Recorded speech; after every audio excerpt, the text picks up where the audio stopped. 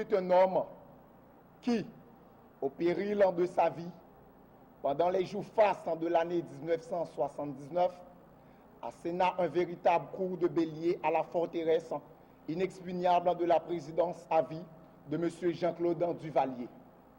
En effet, par la publication téméraire en mai 1979 du plaidoyer en faveur des partis politiques, Maître Grégoire Eugène envoya le premier coup de semonce contre l'anachronisme du pouvoir sans partage. Ce fascicule, le petit livre en verre, comme on se plaisait à l'appeler, avait mis le feu à la mèche de la bombe qui explosa le 7 février 1986. Les hommes et les femmes de mon pays, menant dans la quarantaine et plus, ont lu avec délice les différentes publications de la revue Fraternité, organe de propagande du Parti social-chrétien d'Haïti, et de son fondateur, Maître Grégoire Eugène.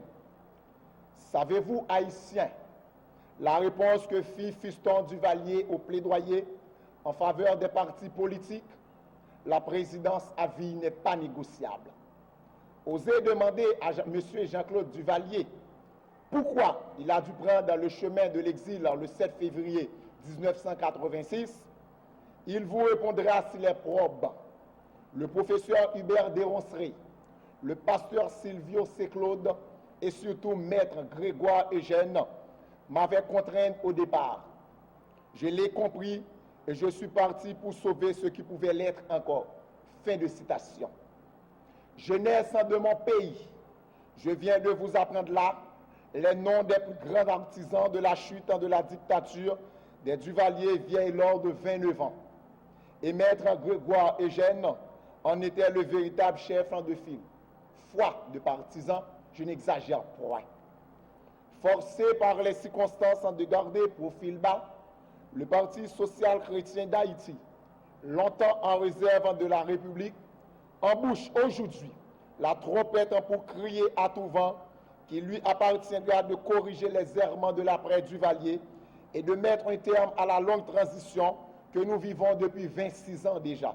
Sans taire la critique à chaque mauvais pas du pouvoir, aujourd'hui et demain, il nous faudra enterrer la hache de guerre et marcher en rang serré dans la lutte sinueuse, dans la quête sinueuse de lendemain meilleur pour tous les Haïtiens, dans la mère patrie comme dans la diaspora.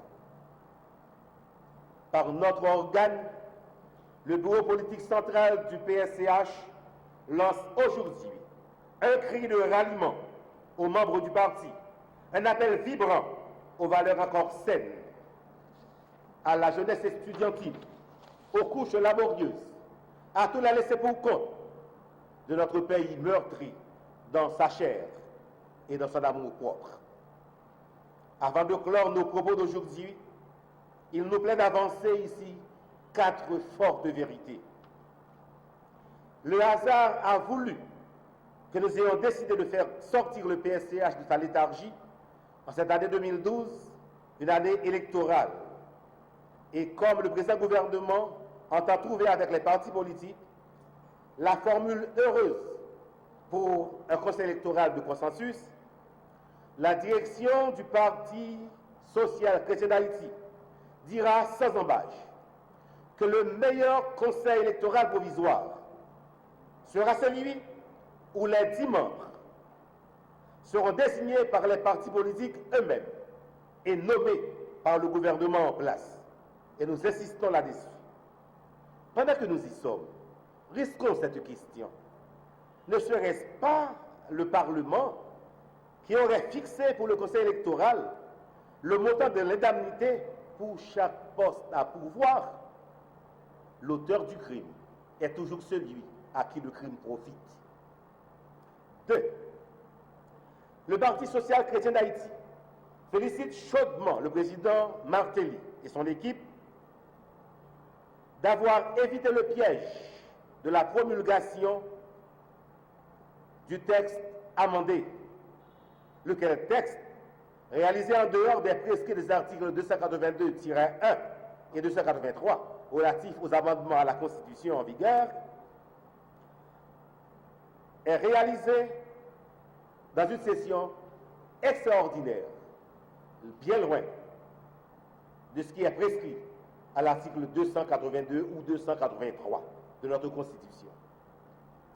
3. La double nationalité haïtienne ou étrangère, bien chère à notre cœur, devra encore attendre. Trop pressé, pas fait jour l'ouvrir.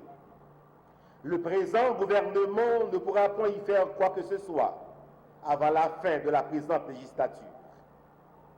Et nous ne conseillons pas à l'équipe au pouvoir de le faire sans nous, sans nos propres suggestions.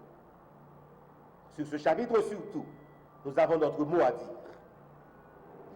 En vérité, je vous le dis, si vous nous avez écoutés jusqu'à présent, vous acceptez de faire cause commune avec nous, nous parviendrons, avec votre aide, à ennoblir la politique dans ce pays. Ensemble, nous parviendrons à la phase finale de la Coupe du monde de football en 2018. Et franchement, nous promettons d'étonner le monde. L'histoire retiendra.